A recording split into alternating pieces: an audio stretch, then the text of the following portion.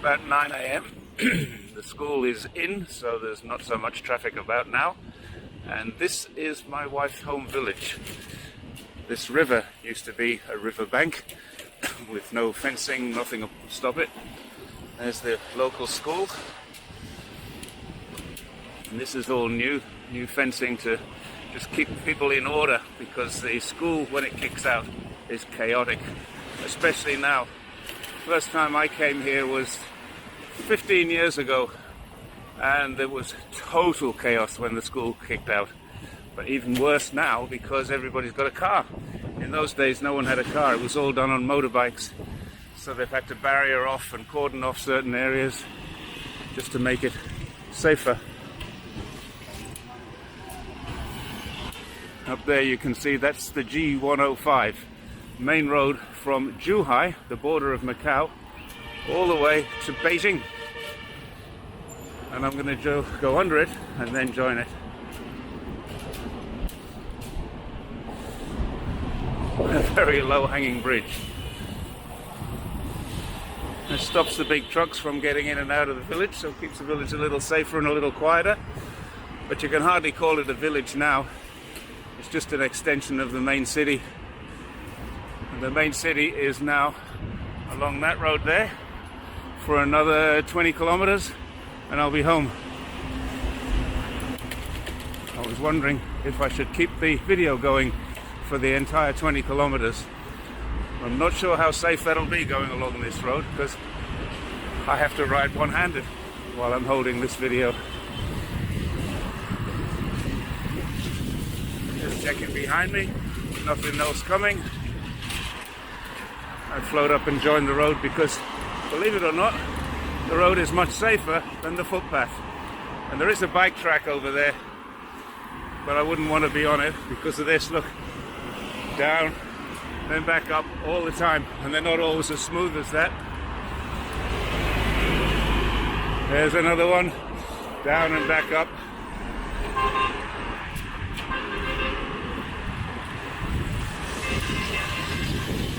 So this is what I do when I go to visit the in-laws. Wife goes by taxi these days. She used to ride with me, sometimes she still does, but rarely. And I ride out there, and then I ride home. And she can stay there and have lunch with her family, and she's happy and I'm happy. I get a decent ride. It's good today, there's not much traffic. It's quite warm, but it's not too warm. I guess it's about 24, 25 C.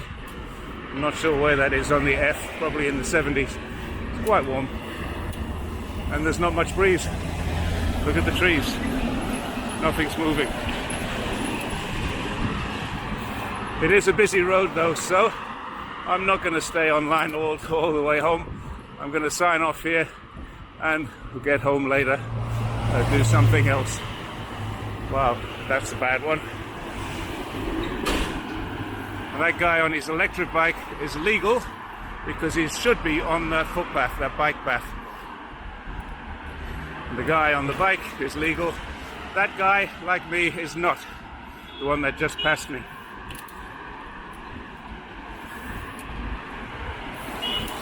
So, signing off now in the interests of safety.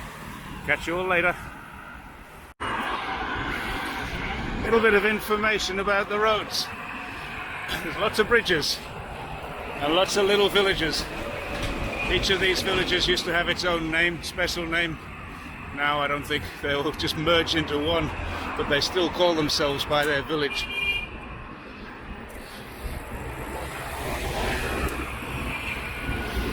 So as I said before, I'm on the G105. This is the main road. It used to be the main road from the border of Macau to Beijing. And it goes straight in a northerly direction. All of the odd numbers do. They go north-south. And the even numbers go east-west.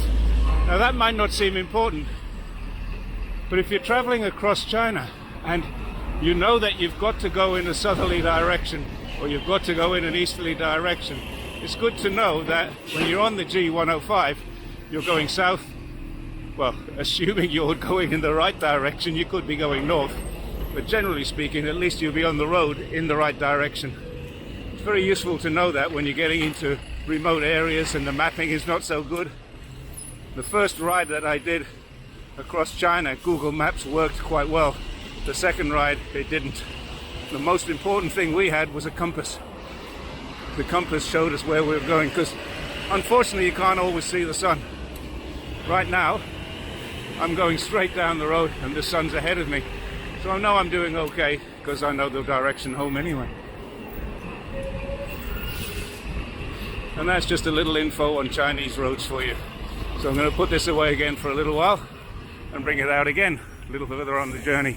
I'm about 5 or 6 kilometers in right now, that's all. You can see how the traffic has built up.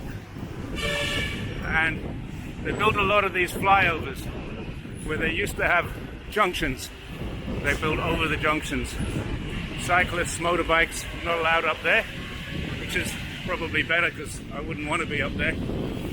I just follow the road down here, get to the traffic lights, stop if I have to stop.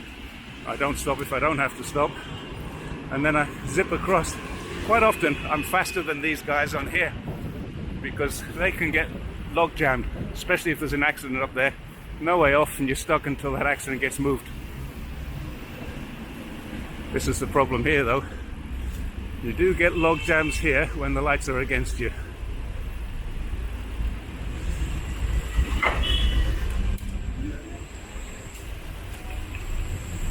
And you see what that guy did? I'm going to do exactly the same thing. Checking over my right shoulder, there's nothing coming there except him. And you see how the lights are green now? They're getting off the road, off the footpath, back onto the road and crossing.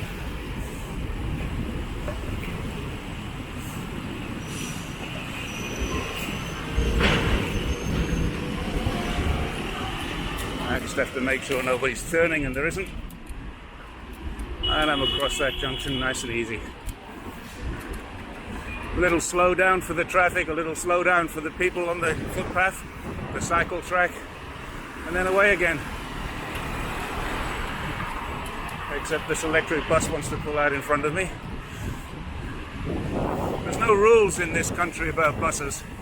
You don't have to let the bus go first as you do in some other countries, certainly in the UK and in Australia. If a bus pulls out, it has right of way, but not here.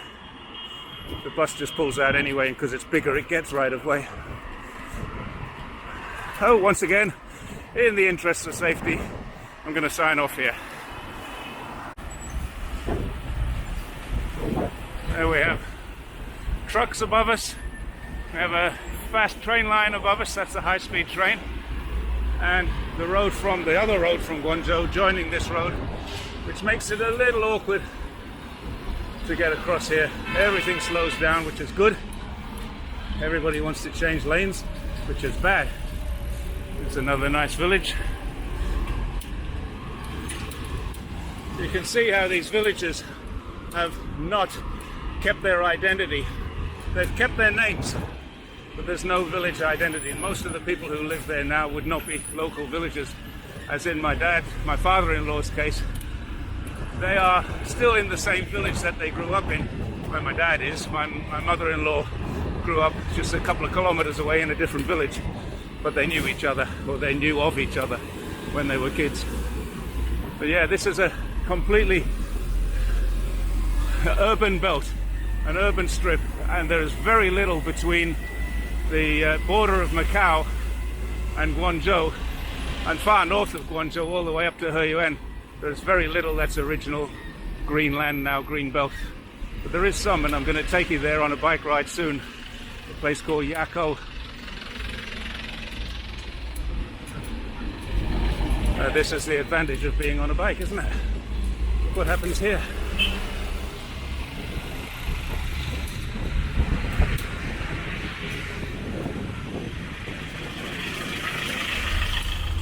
I wonder how that's going to look on a big screen. A little scary, I think. It wasn't scary when I was doing it. I'll come back down the inside now where it's a little safer.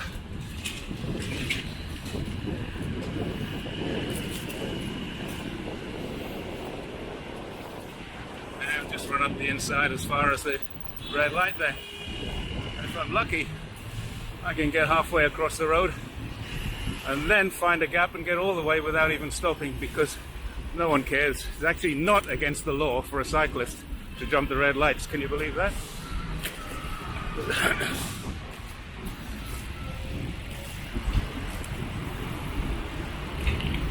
So here we go.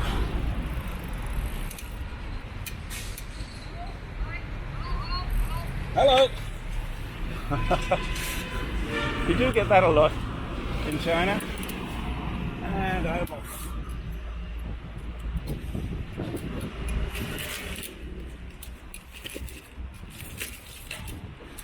So,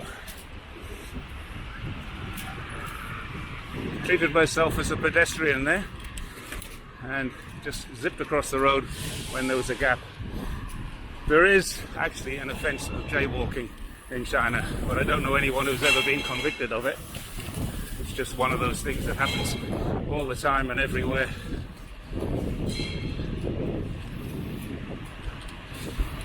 So, once again, I'm going to put the camera down for a little while and just try and build my speed and get my breath back. Whew.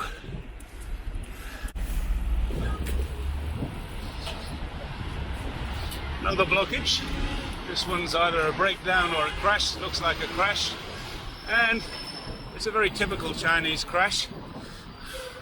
The white car at the front, obviously, was turning right into a street that doesn't exist from the outside lane.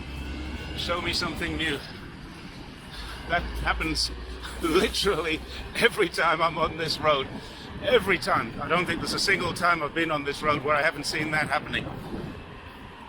Now, for those of you who are very smart, you're probably thinking, how is this road a north-south road when Jerry's heading into the sun at 9 o'clock in the morning? If you put all that together, it works. I'm going actually towards the rising sun, so I can't be going north-south, can I? But what they've done in China is they build the roads in such a way that it fits the demographics and the geography. You'll notice there's no hills either side of this road. But if we go 10 kilometers that way, there are lots of hills. If we go 10 kilometers that way, there's the Pearl River. So what they've done is they've come straight up. And this part of the road goes east-west. But it is a north-south road. And I know if I'm on a very long journey from, for example, Beijing back to Zhongshan, I know that the G105 will take me there all the way. Not that I want to use it all the way, because it's pretty much like this, I think, or worse.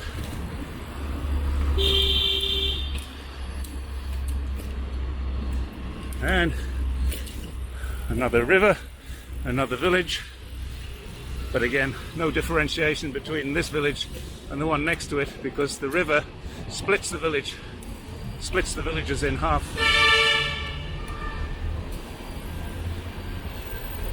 Oh, I'm not going to fit down that gap, am I? Yes, I am.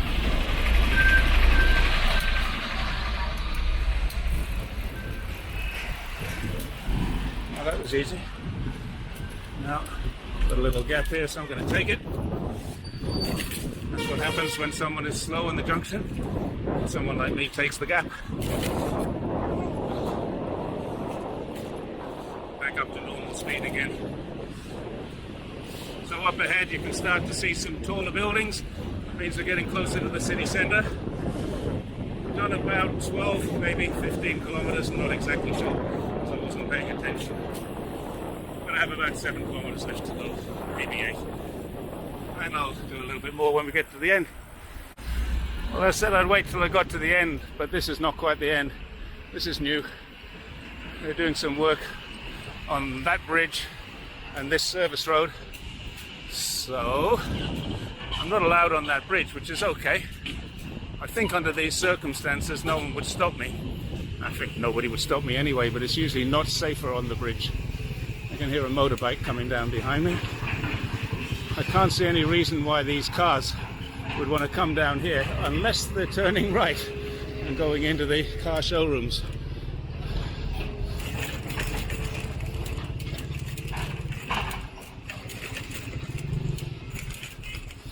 This is a classic China Wow, a classic China move. They do work on the road. They're obviously building more bridges. When they're doing the work on the road, they just let everybody go around them. The work site's hardly cordoned off. This is unusual to see this much cordoning, this much safety. But they haven't built any diversion, any bypass, except for perhaps this. And we're going to see where this leads us. Should be interesting.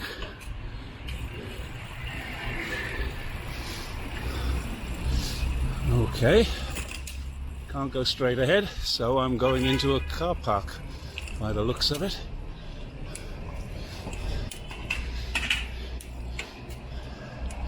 Yes, I am. And there's where I want to be, but here's where I am. Anyway, car showrooms are pretty empty at the moment. 7-Eleven, this must all be new, because these places don't stay empty for very long. They do change hands often, though. I think I can rejoin my service road here.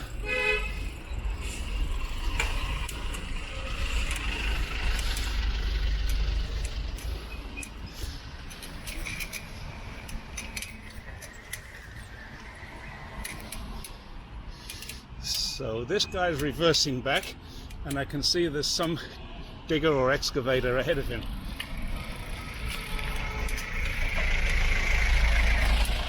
The question is, can I get round the excavator? And the answer is no.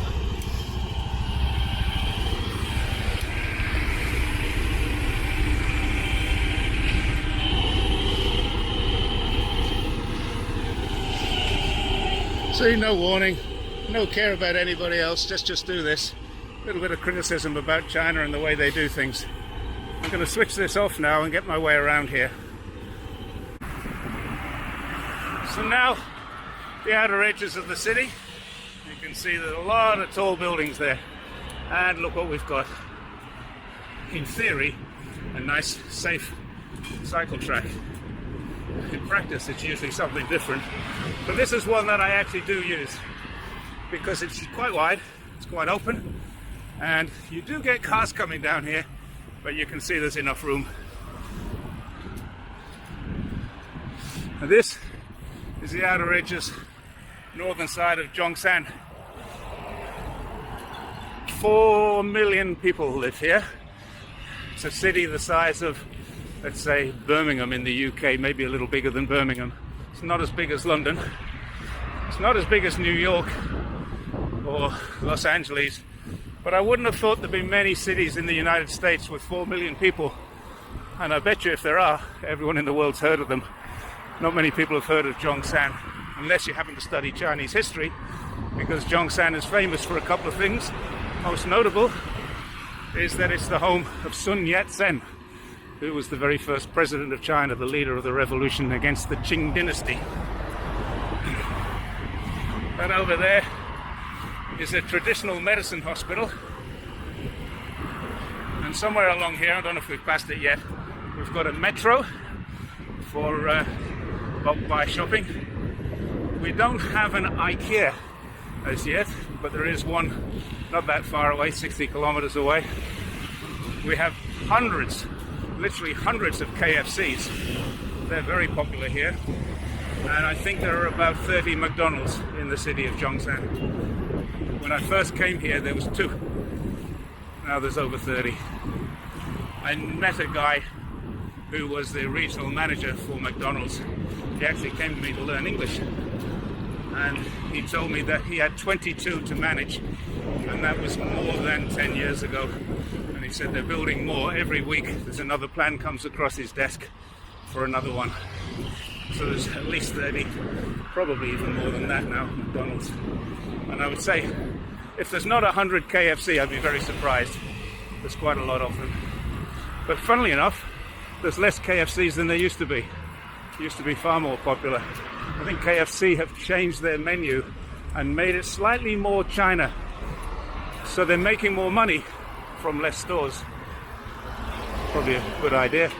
McDonald's might benefit from the same thing.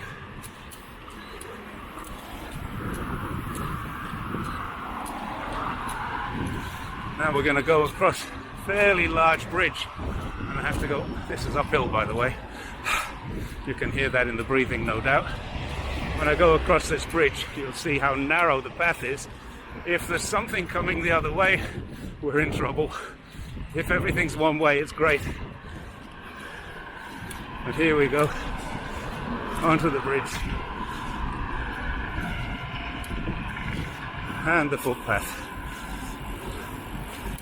It's okay if it's a pedestrian. Oh look, they're going to widen this bridge. This is all new since the last time I cycled down here, which, believe it or not, was only 2 months ago.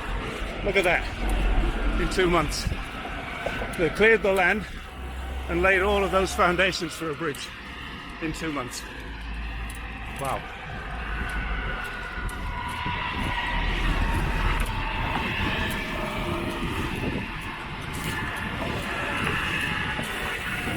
Once we get to the middle of this, I can start to breathe a little easier. It's very hard when you're filming on a bike to show how steep something is. No one would realize that was quite a steep haul up that bridge. But if you can see going down, I don't know how well you can see it going down, but definitely it's going down now. I've stopped pedaling and I'm recovering the breath. There's the foundations, and more of them going in. Wow, eventually it'll be a lot easier to get home. Now I can see trucks are joining my cycle lane now, which must mean there's some problem up ahead. So I'm going to sign off for a little while I negotiate whatever it is. Whatever problem that was didn't manifest itself for me, but look, these guys are having a little bit of trouble on the bridge there, and I can just head down here. For me to get home from here, I need to go under that road and over that way. So there's a point down here where I can do that quite safely, and that's my plan. Over here is the main Zhongshan bus station. You can go from there literally anywhere in China. It's amazing, the bus service in China is incredible.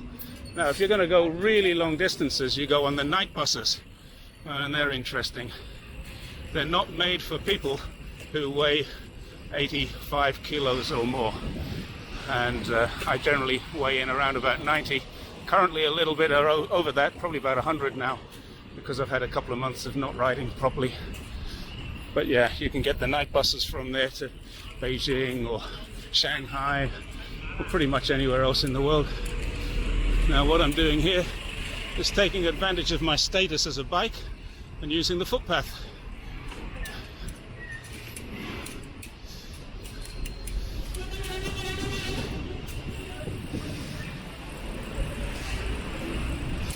This is good.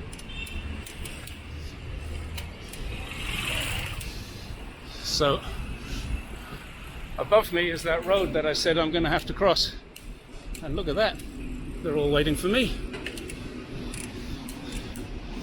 And now heading home.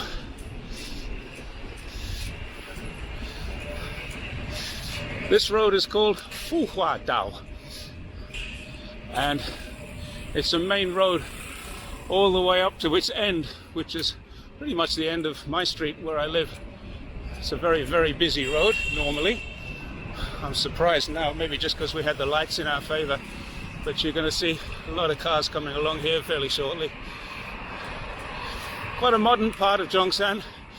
That's all pretty new. And in fact, it's probably fair to say, with the exception of 1 or 2 buildings, everything in this street is new since I came to Zhongshan 16 years ago. Everything. There's not a single building that I can see at the moment that was here 16 years ago. Maybe that one, but I'm not even sure about that. Certainly nothing on that side of the road was there. It was all single story. It's huge, great apartment complexes. Over there is a TYC shopping mall. This post office was here. It was, but it's been renovated. It's different to how it was, but certainly this post office was here. I remember I used to have to come down here because it's the main post office for Zhongshan.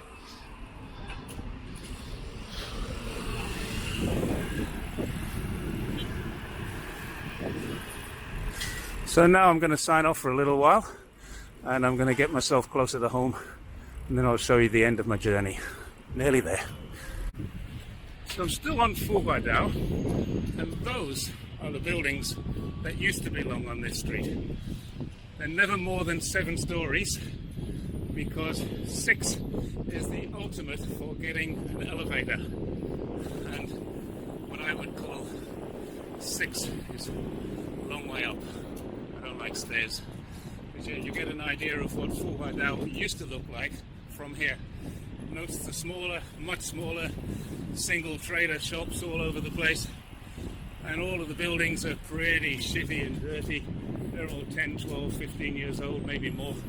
But yeah, they were here when I arrived. The first time I came down here would have been 16 years ago. I'm going to be a bit naughty here. There you go. The pedestrian has right of way, and effectively, believe it or not, I'm a pedestrian. So yeah, you get a good idea of Fuhuadao as it used to be.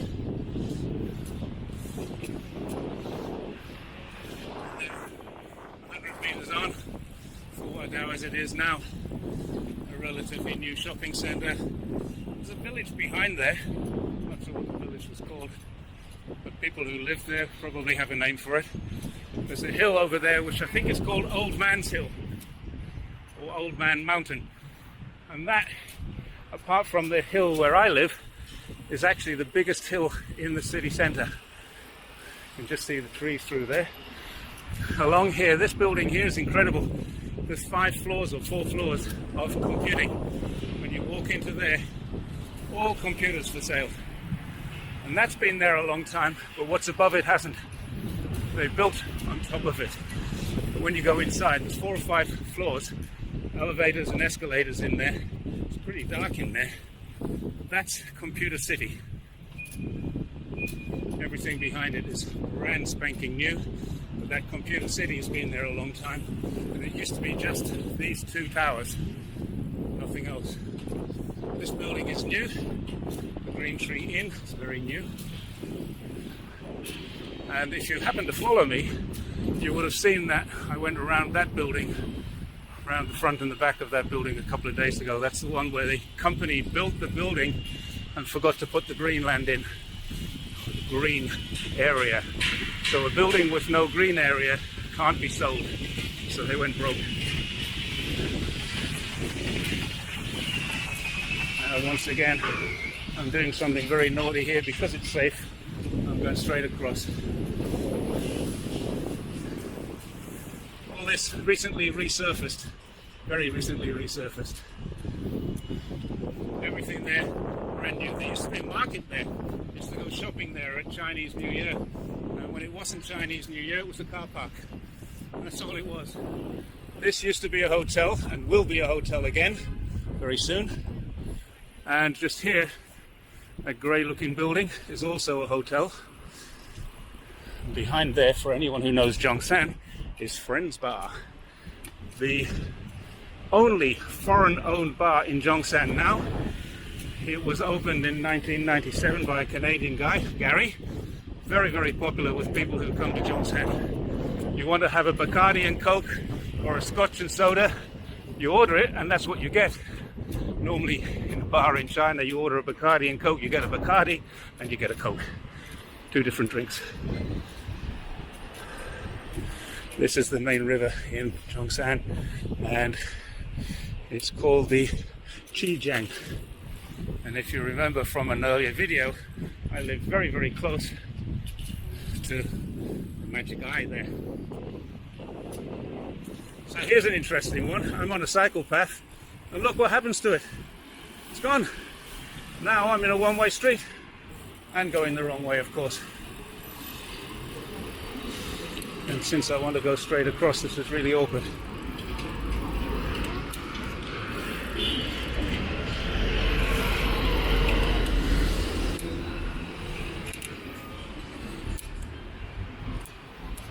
I think I broke every law in the world there, but who cares?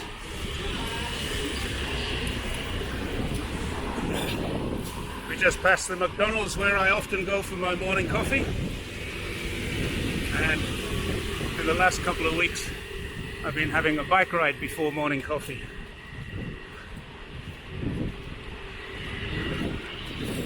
Today was a much longer bike ride, about 22 kilometers from door to door.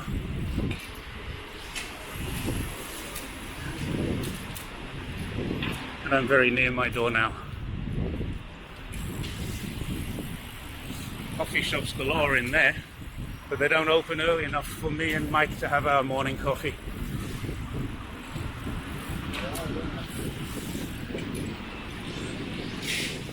Now I can go to this set of lights, or I can go the back street, but you've seen the back street down there, and I don't think I've shown this street. So when people say, where do you live? The easiest thing for me to say is I live in Guangminglu. This is Guangminglu. Guangminglu is very famous because it's the street that has all of the restaurant supply shops, sorry.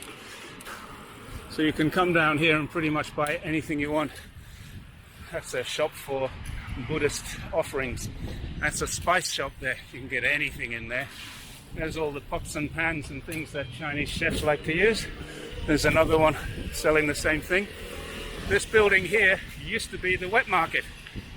Now, people outside of China, wet market, oh my God, bats and pangolins.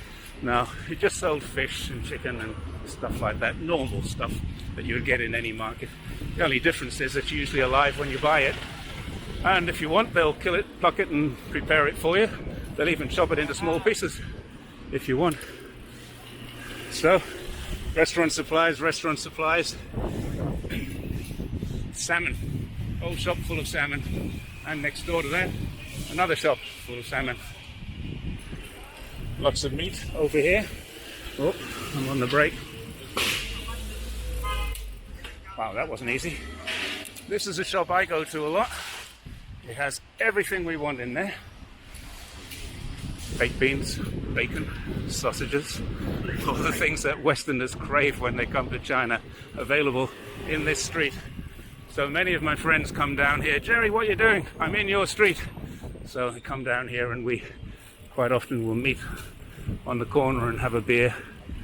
I'll take them into this shop where I buy my frozen meat. I get lamb and pork and beef, American beef, Argentinian beef, Mongolian lamb, all available here. And this is brand new. Down there is another little village, it's quite cute. My local bank, there. It's a nice street actually, it's got a lot, and it's lovely that it's got all these trees still. There are not many streets left in China that have all these trees, and that's a sad fact. Here's my village gate. Now I don't know if I can show you the gate proper. I'm turning in here. It says Zhongshan Gongyuan, which means Zhongshan Public Park. That's my village office, which is under renovation right now. Just started that a few days ago. I'm not sure what's serving as a village office right now. And just here on the left is a big school. On the right there's a tiny little fruit and veg guy. And just here on our right is our local police station.